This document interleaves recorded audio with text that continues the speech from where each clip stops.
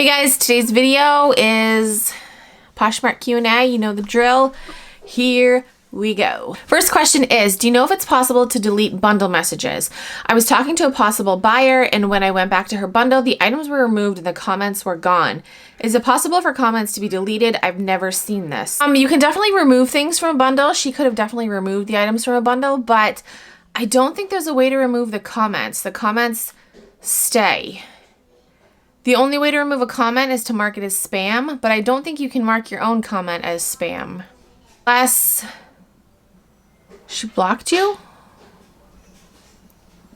I don't know. I've never heard of that before, honestly. Next question. I had a listing that offered different size options. A buyer wanted to buy 2 different sizes, so I made a new listing by using the copy listing feature and just amended the description to show the 2 sizes as one.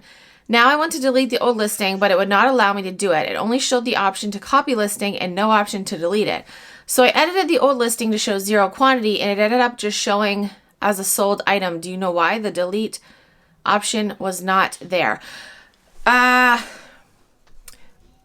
Probably because you said this was yeah, you had a listing with different size options, so you've probably sold one of those sizes before, and that's why you're not able to delete the listing. Say you had like 2 smalls and a medium, and you sold one of the smalls, and you wanted to sell this other person a small and a medium, and you went to try to delete it. You wouldn't be able to delete it because you already sold one of the smalls.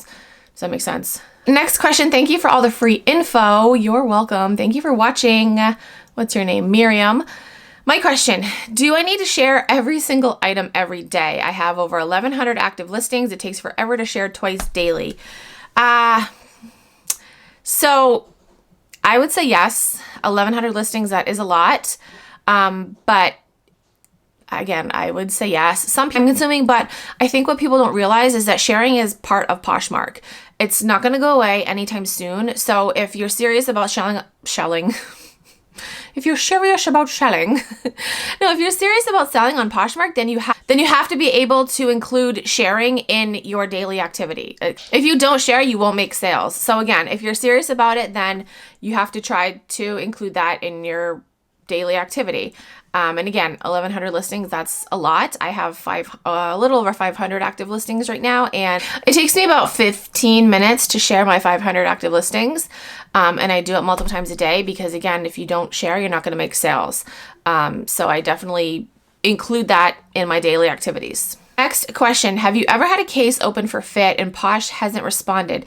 They asked for pictures from the buyer and never finished the case. It's been 8 days. I've emailed Posh twice via support and they just keep saying, rest assured, we are working on it. Is it all automated now? I feel bad for the buyer. This has to make them never want to buy from Posh again. Is there anything I can do? Thank you for your videos. I'm a newer Posher and I feel like I've learned a ton. Okay, so if they open a case for fit, that's actually not grounds for return. Poshmark should for sure favor on your side, unless you've communicated with them that you're okay with the return, and then you can go ahead and, well, eventually when they get back to you, they can go ahead and process the return. But again, you can't open a case for fit. Like if something doesn't fit you, that's not grounds for return. But yeah, I've never had them, well, 8 days. I mean, I have had them take a little while. Not enough to like count the days, I guess.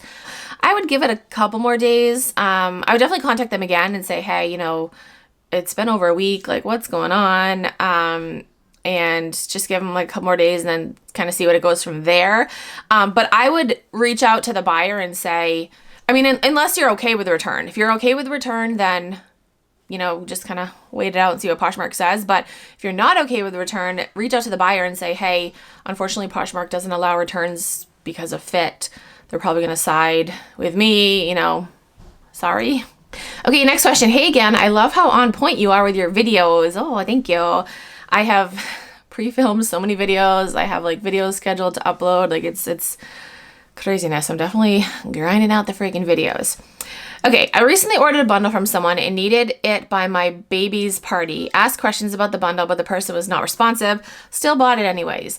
7 days passed, no communication. At this point, I just canceled the order. I feel bad, but I was not happy that I didn't get what I purchased on time and she wasn't responding while being active every day on Poshmark. How would you take this?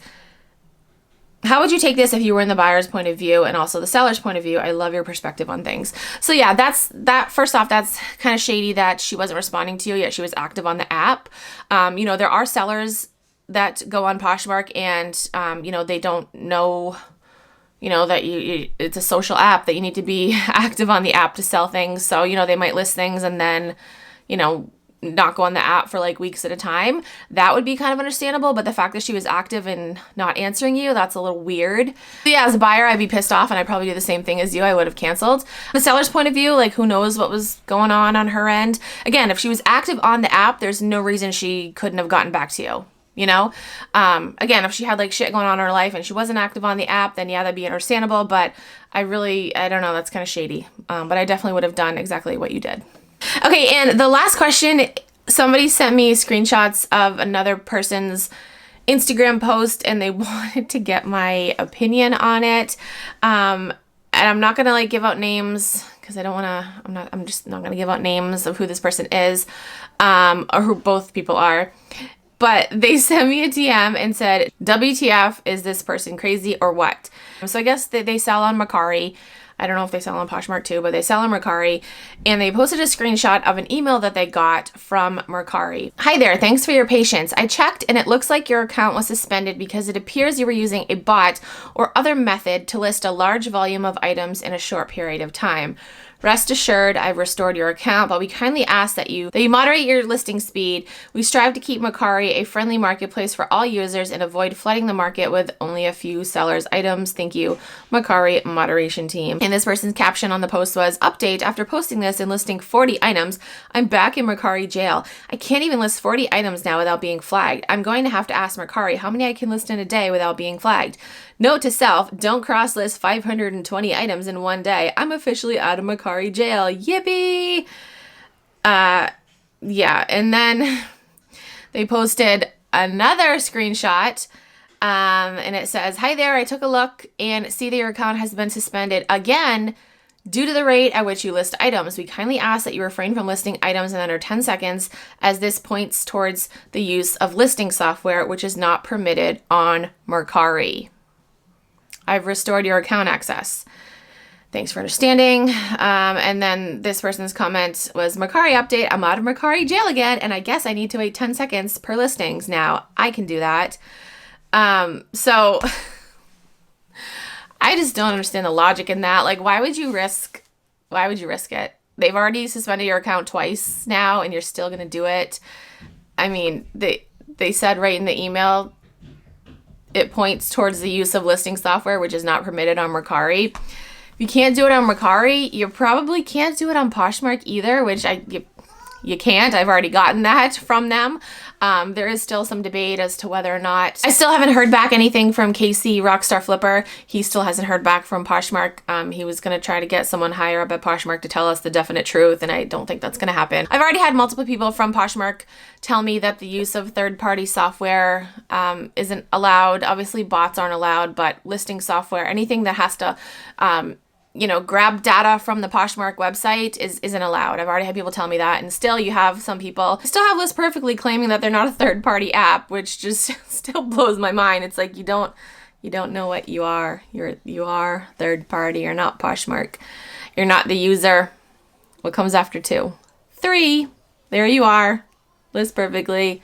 Third fucking party. Like, I don't know why they still continue to say that they're not, and people believe it. I'm just like, people turn a blind eye to it because, I mean, it's a great tool to use. It saves a lot of time. Hell yes. But yeah, this is just not very smart in my opinion. You've had your account suspended twice and you're still like, oh, how can I try to cheat the system even more? I'll just wait less time. Like, it's just like, they've already got your name and know that you've done this. Like, why risk it? It's not worth it to me. But you wanted to know my thoughts on that? I almost said your name. I'm not going to call you out. But yeah, those are my thoughts on it. And again, the bottom line, you can get pissed at Poshmark all you want. You can say, oh, well, Poshmark needs to do this more effectively and do this and that and this. At the end of the day, they're not like other marketplaces. Poshmark is a social app. They cater more towards people that are just regular people selling stuff. They're not geared towards resellers. Like all these people saying, like, I want data. I want to know all this data. It's like they're not giving you that I mean, I don't know this for sure, but I don't think they're giving us that information because majority of people on Poshmark aren't resellers. They don't care about those numbers. So, you know, like why would Poshmark cater to a smaller percentage of their users when, you know, they've been doing what they've been doing for so long? And, you know, it just, people just don't get it. They'll be like, oh, well, Poshmark isn't like eBay. It's like they're two fucking completely fucking different platforms. You cannot compare them. There's no like social aspect of eBay. You cannot compare them. I don't know. That's like beating a dead horse, but some people still don't understand that, and whatever, that's their deal. So that is it for this video. I hope I answered your questions. If you have any other questions, you can comment down below. Send me a DM on Instagram or tweet me on Twitter. If you're new to Poshmark and you want to sign up, you can use my code. It is KeepinItRad. You get a $10 credit, and I also get a $10 credit, so thank you. But yeah, that's it for this video. Thank you guys so much for watching. I'll talk to you guys in my next video.